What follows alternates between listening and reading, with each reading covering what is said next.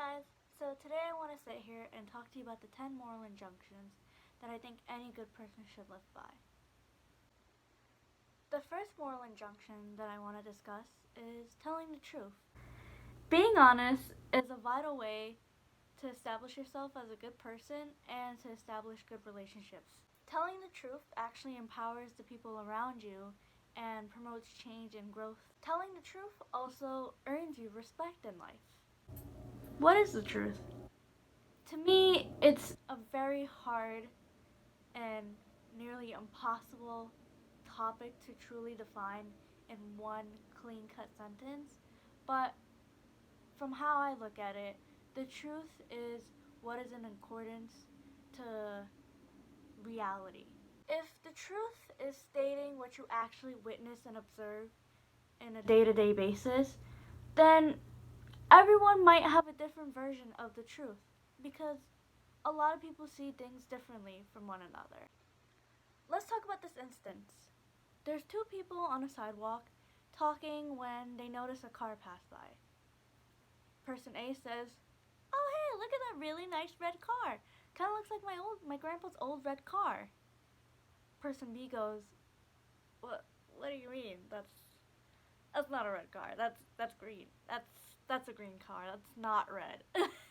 Are you sure you're seeing things right? Person A goes, "Well, obviously I'm seeing things right. I know a red car when I see one. It's clearly red. I don't know what you're seeing, but I'm seeing the right thing." Person B goes, "Well, how are you seeing red when I'm seeing green? It's clearly a green car. I don't know what you're seeing." The two bicker, go back and forth on whether the car is truly green or red. Thing to note is that person A, person with normal sight, they can see 20/20 vision perfectly fine. Person B, on the other hand, is actually colorblind, and they actually see red as green. Both people were telling the truth in that instance. Person A saw a red car and stated that the car was red. Person B saw a green car because their colorblindness makes red into green, and they stated that they saw a green car. So, where do we draw the line when it comes to the truth and reality? How, as a society, can we determine what is and what isn't the truth? I think for us, we have to make the truth something measurable. The second moral injunction that I want to talk about is respecting others and their differences. You should respect the differences that makes each person unique. So, what is respect? It is the act of displaying thoughtfulness in regards to others. Differences come from every aspect of life. You can have religion, race, sexual preference, gender identity, personality, what your favorite music is, what you like to wear, familial upbringings, politics, and disabilities, and so much more. Why is respecting differences and respecting those with differences a thing that a good person should do and practice in their daily life? They say that everyone you meet can teach you something new. When we are respectful to others and ask the right questions, we learn so many new things. You can also make a lot of interesting friends if you learn to respect differences and respect those with differences in your life. Respecting people with differences also makes you a much more progressive person. Where do we draw the line when it comes to respecting others with differences? Do we show respect to a murderer or a rapist? These are people who are generally deemed awful people by society. They are people who harm other people, who have stolen from other people, just people who violate the basic moral injunctions any good person should live by. If those people aren't people that display any sort of moral injunction that any good person should live by, then they should not be given respect. The next moral injunction that I'm going to discuss is do not steal. For me, stealing is when someone takes something that is not rightfully theirs.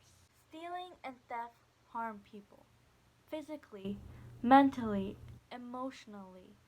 However, we have to question, Is stealing always bad? Imagine someone who has been starving for days. Someone who has a family that they're raising who is also starving. They haven't had a morsel of food or a sip of water in days. They go to the grocery store, steal a loaf of bread and a jug of water for themselves and their family to survive. Should that person be punished for stealing? Is that food and water rightfully theirs? In my opinion, I believe that food is rightfully theirs because everyone has a right to food and water to survive. The next moral injunction that I'm going to talk about is do not cheat. Cheating is actually considered stealing. You are stealing from someone else, whether it be a paper, an idea, another person, an identity, anything that they consider theirs. Cheating is disrespectful and harmful. When you cheat on a test, you're disrespecting the efforts that the teacher put in to teaching you the material and disrespecting the efforts put in by the students who actually worked hard. When you cheat on a significant other, it is blatant disrespect to the other person in the relationship. It is blatant disrespect to the commitment, the loyalty, and the faithfulness that they displayed to you. Cheating kills trust. It only takes getting caught one time cheating to ruin any type of trust that the other person had in you. The next moral injunction that I'm going to talk about is speaking up. You may think that staying silent keeps you away from any issues or conflict, but in fact, it does the exact opposite. When you're involved in a situation, people are going to be aware of your input or therefore a lack of. If a problem persists and you did nothing about it, people may view you as an enabler. When you speak up, you let people know that the greater good is your priority. Many people stay silent because they don't want to harm or offend or criticize the person. However, if someone's headed down a dangerous path, it's selfish for you to put your own needs and comfort before theirs. You actually help others share their voice when you decide to speak up yourself. So where do we draw the line when people want to speak up? In my opinion, a person should always speak up. It is their right to voice their opinions and ideas. The next moral injunction that I'm going to discuss is helping others. So, what does it mean to help someone? Helping is making it easier for someone to do something by offering services or advice or resources for when they need it the most. If someone sees you helping someone else, it's more likely that they're gonna then help someone else in return. It creates this great chain reaction of people helping people, communities getting together to help each other out. Now, is there ever a time where helping someone isn't okay? We should help people when their needs and wants are not selfish. Say one day you're just talking to your really good friend and the conversation gets to a point where they ask you for a favor. You, being a good friend, says of course and that you do anything to help them. The thing is, what they need help with is robbing a bank. This is where boundaries need to be put in place. If their need is wanting to get more money for themselves just to have a little bit of extra cash here and there, no, you're not going to help that person. The next moral injunction I'm going to talk about is opening your mind or having an open mind.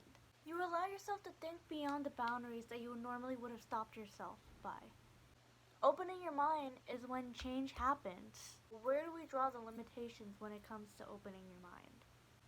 Once opening your mind disrupts any of the other 10 basic moral injunctions, that's when you need to learn to push it back. The next moral injunction that I'm going to talk about is learning not to judge.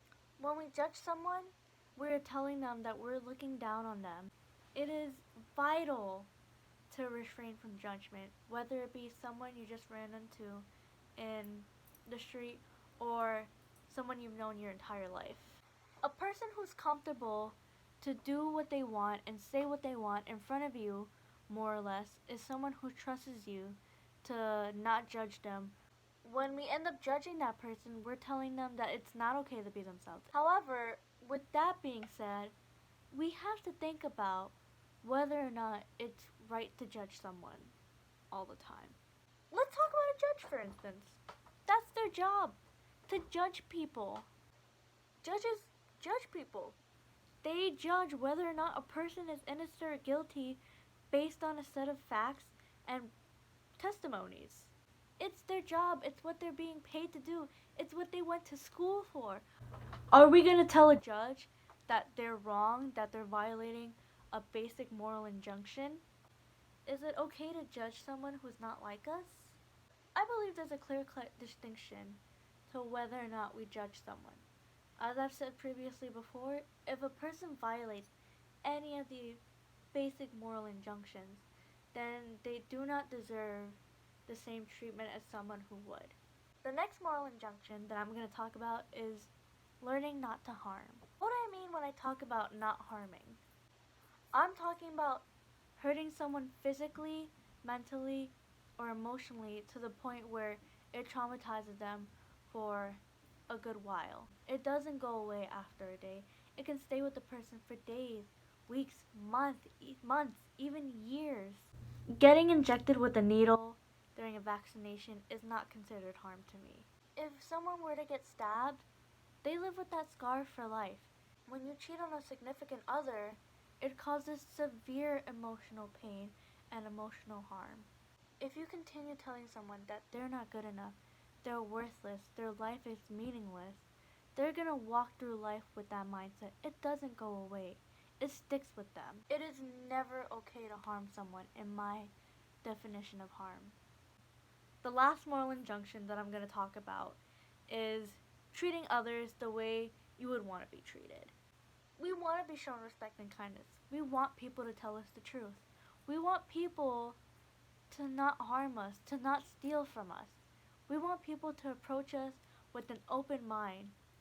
If on a daily basis we are displaying these moral injunctions, if we are teaching people to approach things with an open mind, if we are showing non-judgment, if we are showing respect, if we are showing that we do not want to harm and we do not want to steal from people, then people are going to want to do the same in regards to us.